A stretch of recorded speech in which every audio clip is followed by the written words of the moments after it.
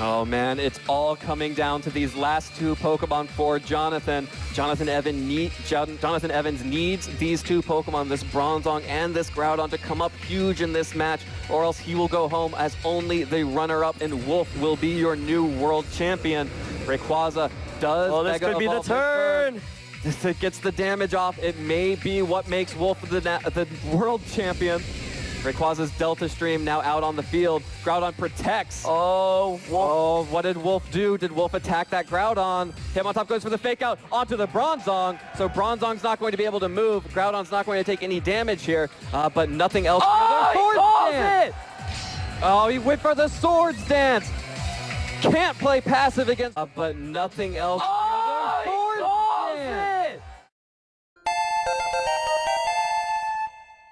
Right? So, but both people are having the advantage from the Earthquake, so no one wants to switch in his Arcanine into it for another Intimidate.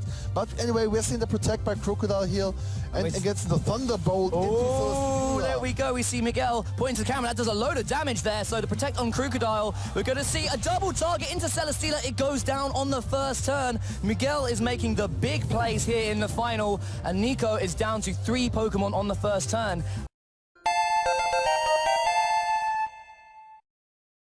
Like I said, has a lot of staying power, but right now with that burn, it's just going to slowly get chipped away. The Citrus Berry definitely paid off right there, and I'm pretty sure Koki is thinking that his choice in item there was definitely helpful. Yeah, it was fantastic. Zapdos often carrying Citrus, or I believe a lot of safety goggles running around. But Landers is going to go ahead and switch out, and Koki's going to switch into the Heatran, predicting a Fire type move, but Mark is smiling.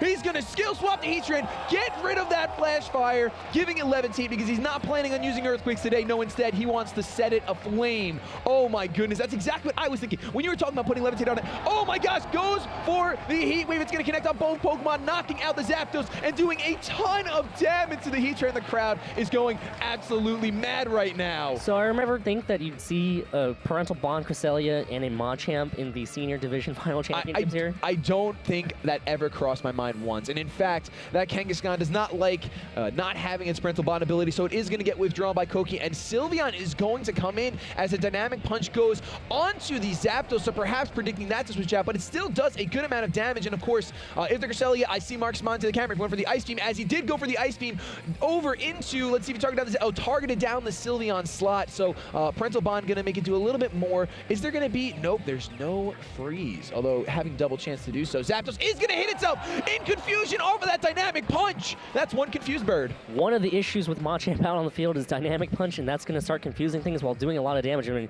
that Dynamic Punch did a lot of damage to that Zapdos, in my opinion, and now it is confused. It has to switch out. That's going to open up some opportunities right here for Mark to go on the offensive. For a second, I thought maybe that Machamp was holding a choice beyond how much that did, but we've already confirmed the Citrus Berry. We're going to see Dynamic Punch into that same slot. Ladies and gentlemen, will it pick up the knockout? It picks up the knockout. It's a crit.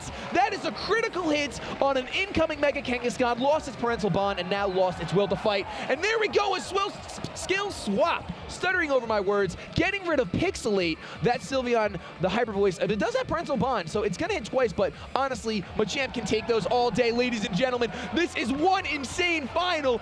Mark is, oh my goodness, ear-to-ear grins, as I think he should be. Kangaskhan also going to Mega Evolve there, as we've joked about it before. A VGC match hasn't started until Kangaskhan Mega Evolves. Salamence will just go ahead and protect this turn, try to dodge the fake out. Possibly the same from Groudon. Yep, double protect on Diana's side. Uh-oh. Sam's looking a little excited here. Sam likes that double protect. Power-up punch onto Cresselia. We've been seeing this a lot this tournament. Power-up punch, Kangaskhan going to get the boost. So basically free boost there for Sam's Kangaskhan. +2, Kangaskhan is a very scary Pokemon.